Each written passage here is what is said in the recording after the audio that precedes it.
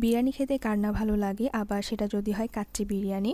অনেকে এই ভয় করে না যে মাংসটা যদি কাঁচা থেকে যায় বা পুড়ে যায়, অথবা চালটা যদি ঝরঝরা না হয়। তো আজকে আমি আমার শেফ থেকে শিখে নেওয়া সহজ আর পারফেক্ট একটি রেসিপি আপনাদের সাথে শেয়ার করব। আশা করি আমার আজকের রেসিপিটি আপনাদের ভালো লাগবে। প্রথমে আমি স্যাফরনের মিক্সচারটা তৈরি করে নিব। তো এখানে আমি নিচ্ছি 2 টেবিল চামচ গোলাপ জল, আর নিচ্ছি 2 টেবিল চামচ কেওড়া জল।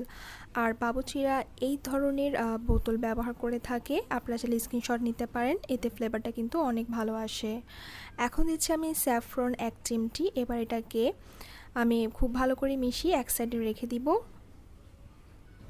এবার কাচ্চি তৈরি করার জন্য প্রথমে একটা মশলা তৈরি করে নিতে হবে। তো এখানে আমি জায়ফল নিয়েছি অর্ধেকটা, আপনারা চাইলে 3 ভাগের 1 ভাগও নিতে পারেন। তো আমি নিয়েছি এখানে অর্ধেকটা, যেহেতু আমি স্ট্রং ফ্লেভার চাই।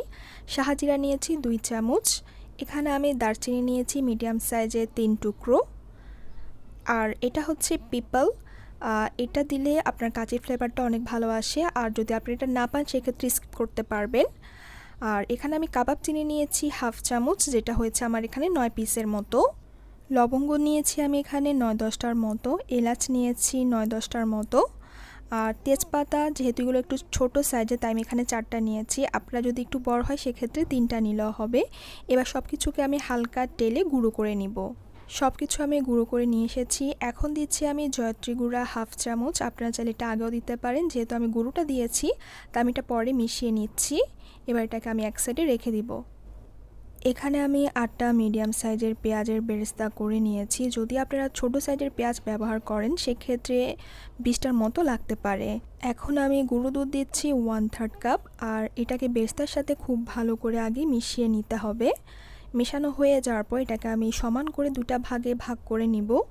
এক ভাগ হচ্ছে আমি মাংসে মেরিনেট করার সময় ব্যবহার করব, আর আরেক ভাগ হচ্ছে লেয়ারিংয়ের জন্য। এখানে আমি কিছুটা বড় সাইজের করে কেটে নেওয়া গরুর মাংস নিয়েছি 1.5 কেজি। আর এখানে আমি চর্বি হাড্ডি সহ মিলিয়ে নিয়েছি, কারণ একদম সলিড মাংস দিয়ে যদি আপনি কাচ্চি করেন তাহলে কিন্তু খেতে অতটা ভালো লাগবে না। আর মাংসটাকে আমি এভাবে মাঝখানে ফাঁকা করে সাইডে রেখে দিয়েছি, যাতে করে বাড়তি যে পানিটা আছে এটা পড়ে যায়। তো বারবার যখন এভাবে পানিটা জমা হবে তখন আমরা কাপড় দিয়ে মাংসের পানিটাকে মুছে নিব। আর মাংসটা আপনি যতই ধরুন না কেন, এটা কিন্তু লাল পানি বের হবে। এবার দিচ্ছি আমি লবণ 1 টেবিল চামচের মতো। ঘি দিচ্ছি 1 টেবিল চামচ, যেহেতু জমানো ঘি ছিল তাই আমি 1 টেবিল দিয়েছি। যদি একটু মেল্ট করে দিতে পারেন সেক্ষেত্রে 2 থেকে 3 টেবিলের মতো করে দিয়ে দিবেন। এবার খুব ভালো করে আমি মিশিয়ে নিব। আর এভাবে মেশানোর পর যদি আপনি আধা ঘন্টার মতো রেস্টে রেখে দিতে পারেন তাহলে খুব ভালো হয়। আর যদি সময় না থাকে তাহলে 5 মিনিটের মতো রাখলেই হবে।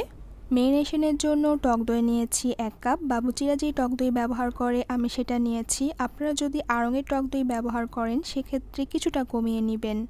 এবার রসুন বাটা নিচ্ছি 3 টেবিল চামচ, আর আদা বাটা নিচ্ছি 3 টেবিল চামচ। লাল মরিচের গুঁড়ো দিচ্ছি 3 চামচ। কাচ্চির জন্য যে মশলাটা করে রেখেছিলাম সেটা পুরোটাই দিয়ে দিব। আগে থেকে যেই আমি বেরেস্তা করে রেখেছিলাম তার অর্ধেকটা দিয়ে দিব। আর স্যাফরন গুলানো যে পানিটা করে রেখেছি তার থেকেও অর্ধেকটা দিয়ে খুব ভালো করে মিশিয়ে নিব।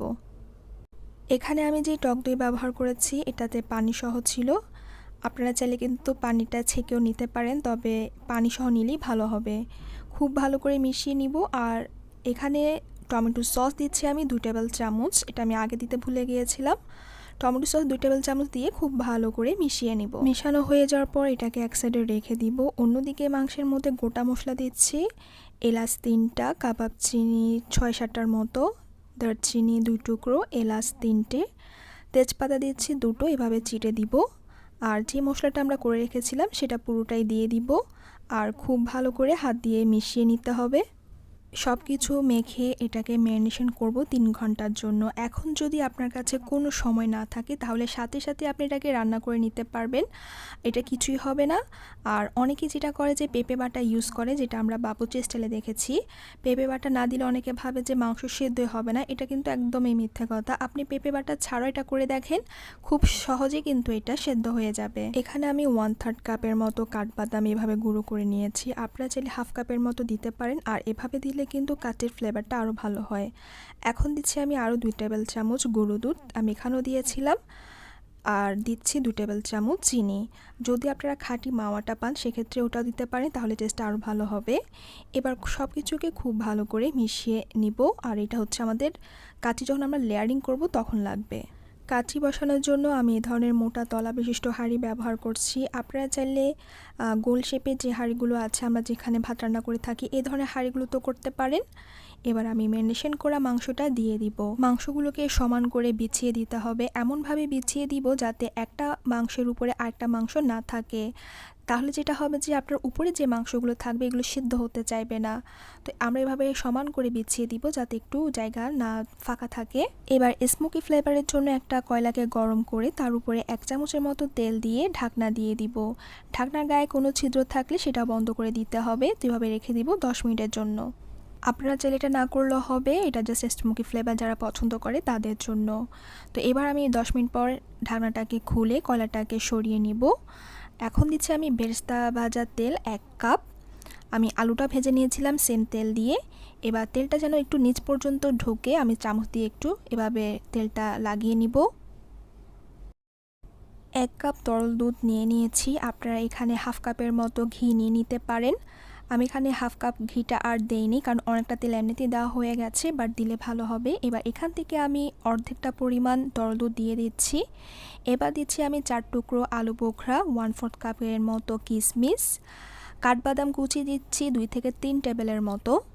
কাচ্চির আলুটাকে আমি সামান্য রং আর লবণ দিয়ে ভেজে নিয়েছি 10 মিনিটের মতো। আর এই 10 মিনিটে কিন্তু এটা সেদ্ধ হয়ে যায়নি, জাস্ট উপরে একটা কালার এসেছে। আর এখন এটাকে সেদ্ধ করতে হবে, যে কারণে আমি এটাকে মাংসের সাথে কিছুটা গেঁথে গেঁথে এভাবে বসিয়ে নিব। মাংসের সাথে কিন্তু এটা সেদ্ধ হয়ে যাবে। আর কাচ্চি বিরিয়ানির নাম কাচ্চি হওয়ার কারণ হলো আমাদের মাংসটা থাকে কাঁচা, আলুটা থাকে কাঁচা, আর চাল যেটা আমরা দিব সেটাও কিন্তু আমাদের অর্ধেকটা কাঁচা থাকে, যার ফলে এর নাম হচ্ছে কাচ্চি বিরিয়ানি। আমি এখানে আলু নিয়েছি প্রায় 18-19 পিসের মতো। এটা হচ্ছে ফ্যামিলি মেম্বার অনুযায়ী আপনারা নিতে পারেন, যেহেতু আমাদের ফ্যামিলি মেম্বারটা একটু বেশি, তো আমি পার পিস 2টা করে নিয়েছি আলু। উপরে আমি বেরেস্তা, বাদাম আর গুঁড়ো দুধের যে মিক্সচারটা করেছিলাম তার কিছুটা অংশ দিয়ে দিব। আমি এখানে বাদামটা যে গুঁড়ো করে দিয়েছি, এটা করে যেটা হবে যে আপনার কাচ্চির ফ্লেভারটা আরও বেশি ভালো আসবে। আর আজকের এই রেসিপিটা হচ্ছে আমার শেফের কাছ থেকে শিখে নেওয়া একটি রেসিপি আপনাদের সাথে শেয়ার করছি। আগে থেকে আটার গোলা তৈরি করে রেখেছিলাম, এবার এটা দিয়ে এটার মুখটাকে খুব ভালো করে লাগিয়ে নিব।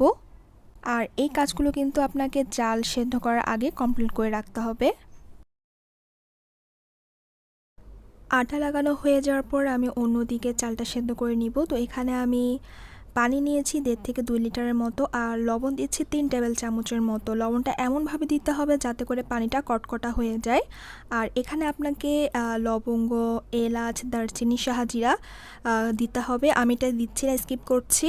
বাট শেফের রেসিপি অনুযায়ী যদি দিতে পারেন তাহলে ভালো হয়, বাট আমার কাছে এটা না দিলেও কিন্তু ভালো লাগে। এবার আমি পানিটাকে খুব ভালো করে সেদ্ধ করে নিব। পানিটা যখন ফুটে উঠবে সে পর্যায়ে আমি 1 কেজি চিনি গুঁড়া চাল আগে থেকে ধুয়ে রেখেছিলাম সেটা দিয়ে দিব। আর চালটা ধুয়ে কিন্তু আমি আধা ঘন্টার জন্য রেখে দিয়েছিলাম, যাতে করে বাড়তি যে পানিটা আছে এটা ঝরে পড়ে যায়। এবার চালটা দিয়ে আমি চুলার হিটটাকে বাড়িয়ে দিব একদম হাই হিটে। চালটাকে আমি 50% সেদ্ধ করে নিব। তাছাড়া আপনি যদি এটাকে হাই হিটে 4 থেকে 5 মিনিট সেদ্ধ করেন তখনই দেখবেন যে এটা 50% সেদ্ধ হয়ে গেছে। এছাড়া যদি আপনি এটাকে একটু টিপে দেখেন তখন দেখবেন যে চালের মাঝখানটা একটু শক্ত থাকে আর সাইডে কিন্তু নরম হয়ে যায়। তো আমাদের যখন হয়ে যাবে এটাকে আমি স্টেন করে নিব। এবার কাঁচা মাংসের উপরে গরম গরম চালের অর্ধেকটা দিয়ে দিতে হবে। কাঁচা মাংসের উপরে এটা গরম গরম দিলে যেটা হবে যে আপনার কুকিং প্রসেসটা উপর থেকে শুরু হতে থাকবে, তাই চেষ্টা করবেন গরম গরম দেওয়ার। এবার অর্ধেকটা যে বেরেস্তা বাদামের মিশ্রণ আছে তার মধ্যে কিছুটা দিয়ে দিব। উপরে আবার বাকি যে চালটা আছে গরম গরম সেটাও দিয়ে দিব। স্প্যাচুলা দিয়ে এটাকে খুব ভালো করে ছড়িয়ে দিতে হবে। তো কিছুটা বেরেস্তা ছিল সেটা আমি উপরে দিয়ে দিচ্ছি। আর আমি যে স্যাফরনের মিক্সচারটা তৈরি করেছিলাম গোলাপ জল দিয়ে, সেটা উপরে এভাবে হাত দিয়ে ছিটিয়ে ছিটিয়ে দিয়ে দিব। স্যাফরনের কালারটা কম ছিল তাই আমি কিছুটা জর্দা রং দিয়েছি। এখন যে 1 কাপ তরল দুধ আমি দিয়েছিলাম তার মধ্যে হাফ কাপ ছিল, এখন এই হাফ কাপটা উপরে দিয়ে দিব। আর ভালো হয় যদি এখানে হাফ কাপের মতো ঘি উপরে দেওয়া যায়। উপরে আমি আরও একটু কেওড়া জল দিচ্ছি, এটা না দিলেও হবে, বাট একটু স্ট্রং ফ্লেভারের জন্য দিলে ভালো হয়। এবার ঢাকনাটা খুব ভালো করে লাগিয়ে নিব। আর এখানে যে আমাদের টিস্যু লাগিয়েছিলাম এই টিস্যুটাকে সরিয়ে এর দিকেও আমি সামান্য একটু আটা লাগিয়ে নিব যাতে করে স্টিমটা বের না হয়ে যায়। এবার আমি মোটা যে লোহার তাওয়াগুলো আছে এটাকে 10 মিনিটের জন্য গরম করে নিয়েছি। তার উপরে আমি হাঁড়িটাকে বসিয়ে একদম হাই স্পিডে রান্না করব 10 মিনিট। 10 মিনিট হাই ফ্লেমে রান্না করার পর দেখা যাবে এখান থেকে স্টিমটা বের হচ্ছে। তো 10 মিনিট পর আমি চুলার যে হিটটা আছে এটাকে একদম মিনিমাম করে দিব। একদম লো করে দিয়ে রান্না করব 1 ঘন্টার জন্য। আমার 1 ঘন্টা 10 মিনিটে কাচ্চিটা রান্না করা হয়ে গেছে। আমি 10 মিনিট এটাকে হাই ফ্লেমে রান্না করেছি আর বাকি 1 ঘন্টা একদম চুলার হিটটা মিনিমাম করে এটাকে রান্না করেছি। এবার আমি চুলাটাকে একদম বন্ধ করে দিয়ে ঢাকনা সহ এটাকে রেখে দিব আরও আধা ঘন্টার জন্য।